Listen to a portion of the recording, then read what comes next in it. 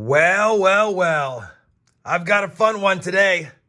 I recently purchased an old coin collection in hopes of finding some goodies that may have been forgotten.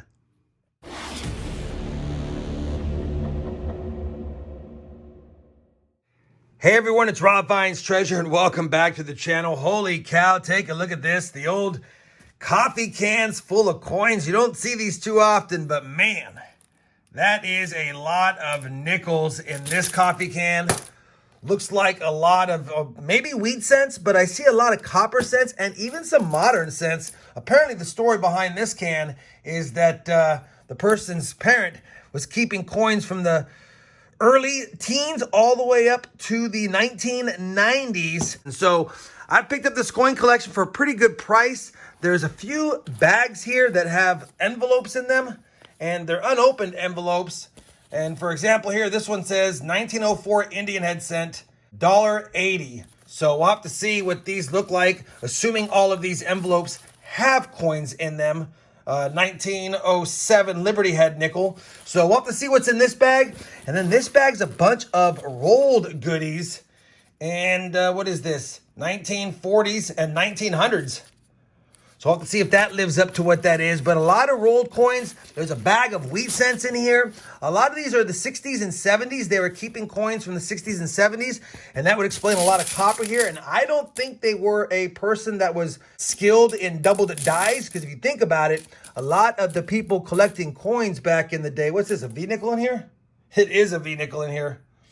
A lot of the people collecting coins back in the day weren't really variety searching, especially from the teens to the 60s and 70s. Varieties didn't really become a thing really until the 30s is when it started, but mostly that 1955 double die is when it really started. And even then, people were using things like a loop, and that can be tough on the eyes. And then they came out with microscopes, and now it's much easier to see. But anyway, I digress. This is a long intro. Bottom line is I'm super excited to get into this. Probably going to be a 3-part video. Probably pennies in one video, nickels in another, and then these bags in another. And while I have you here, I did notice in the bags there are a bunch of $half. And I quickly took a look at all the edges. I think they just collected $half that were not silver in this. And I don't know if the silver ones were cashed in, but either way, I don't see any silver so far in the collection. I don't think there was anything silver. And then this is a bunch of miscellaneous foreign and tokens and world coins and things like that. And even looks like a Mexican un peso in epoxy. But either way, I think for today's video, we're going to put all this other stuff aside because this will take forever to open all this stuff up. We'll keep that for part 3 or part 2 probably, and that for part 3. But I think I want to knock out the nickels. I think I want to knock out the nickels to see if we have any better dates. Matter of fact, I already have my nickel coin hunting mat right here so that we can go through the nickels first for part 1. And if you're not a subscriber, please consider subscribing because this might be a fun one. Could just be duds. Could just be a lot of memorial backs in here. Could be a lot of common dates or slick dates in here you can't even see. But either way, I got it at a good price. Happy to have picked it up. And yeah, we'll just knock this stuff out one at a time. Let me get this area set up. We'll go through the nickels first and go from there. I'll be back in a minute after I get these somewhat dumped out, or at least some handfuls on the mat. All right, man, that was a long intro. Apologies for that. Let's just dump out a handful really quick. Like I said, there could be a lot of slick ones in here. I will go ahead and set all the V-nickels to the side, of course, and I'll try to get all of the buffalo nickels that have no dates, no mint, no dates with the mint, and then all the dated ones I'll try to get in year and mint order as well. I'm not going to worry about doing any nickel-dating today. Nothing like that. That'll be a separate video probably as well. And there could be a ton of hard to read dates. We will have to see. Let me go ahead and get this started. If I run across any better dates, I will definitely bring you guys back in. And yeah, maybe even some periodic updates as well. So quick update, working my way through the jug. That's the no date, no mint, no date with a mint. That's the V-nickels. And then I have all the nickels up here from 38 all the way down to 1913, and no mint marks on those. I just wanted to bring in though, because we have some close calls that I'm not calling a date as far as not being able to validate it. Like for example, this one, we definitely have a mint mark. It's probably an S, but we can't say for certain. And based upon the date area, man, it's probably a 1928. But man, if I can't be certain of it, I'm not going to call it a 28 Denver or a 28S because I don't know. So I'm putting it in here. I can always go back through these and double check when I have more time, but the mission is large. So that's the update. Let me get back after it. Still running through the stack, probably nearing the halfway point. And yeah, adding up the goodies. Lots of V-nickels so far, but I bring in because take a look at this. Really nice V-nickel without the word cents on the bottom. First year issue, pretty nice shape. We'll definitely take that. Obviously, the one that has the cents is worth a little more, but either way, that's a nice V-nickel. Just wanted to show you that. Now we'll get back after the hunt. Just a few minutes later, take a look at this nickel. Nice 1916, a little bit of damage, but 1916S. Man, that is a beauty. That might upgrade my personal collection. We'll have to see.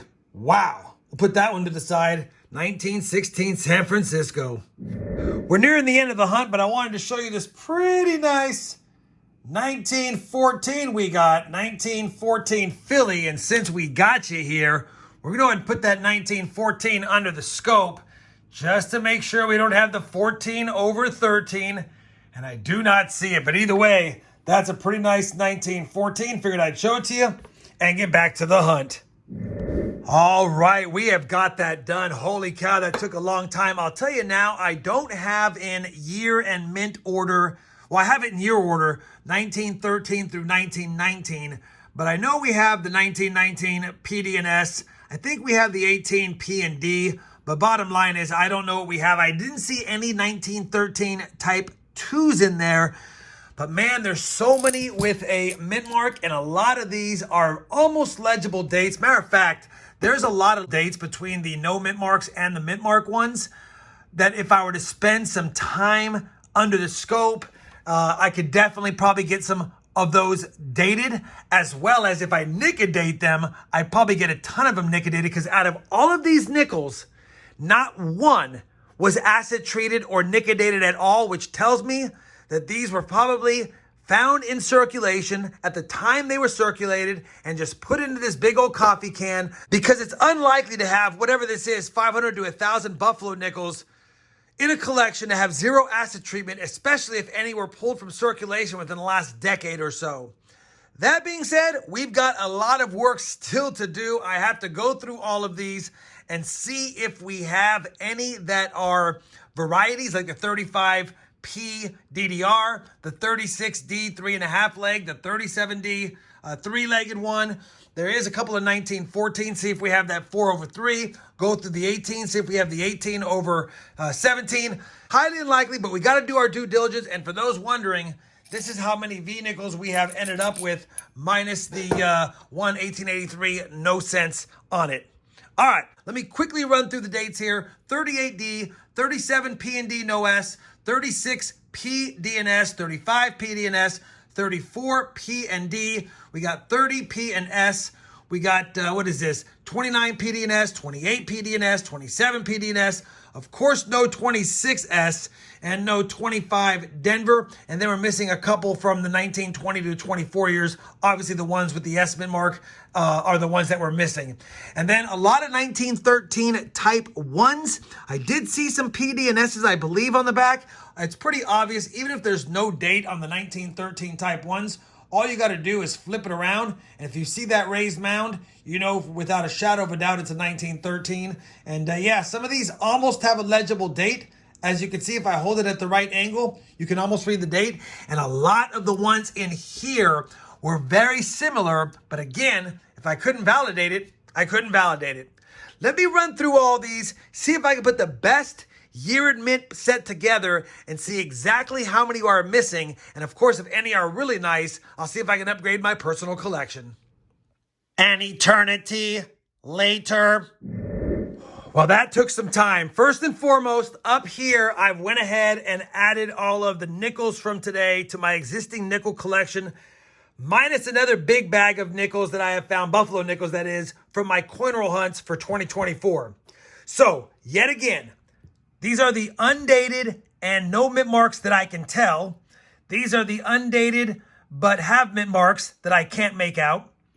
These are all of the 1913 through 1938 nickels that I have in stock. These two rolls are the 1913 to 1919, not a lot of those, and then 1920 on. Over here are the V nickels, which we'll get to next. And for sake of illustrational purposes, I've added shield cents to the spots where we're missing dates and or mints. We're going to start from the beginning and move forward. We have all three of the 1913 type ones with the raised mounds. None of them have dates that you can read, but because they're raised mounds, I know what they are, and then I can see the mint marks. So we have all 1913 type ones, none of the 1913 type twos. We have a 14P but no DRS. We have a 15P and D but no S. All the 16s, although a couple of them are pretty ugly, but at least they're legible. Only the 17P, no D and S. We have the 18 P and D, no S. All of the 19s, all the 20s. We're missing the 21S. All the 23s. We're missing the 24S. No 25D and no 26S. The rest of them are complete. And I know this one's brown, but man, it's so nice.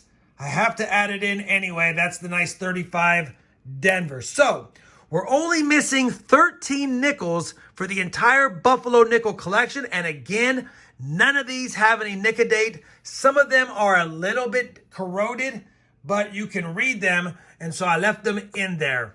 These are the best of the ones from the collection I got today, minus a few from my personal collection that I added in to fill them up. I'll probably offer this on a future auction, or I'll have it on my website under the Auction Bay tab down the road. Let me go ahead now and go through the V-nickels, and obviously, based on what we saw in one of the bags, there's more V-nickels, or there could be more V-nickels in those envelopes, but we're just gonna run through these really quick after I get this all wrapped up.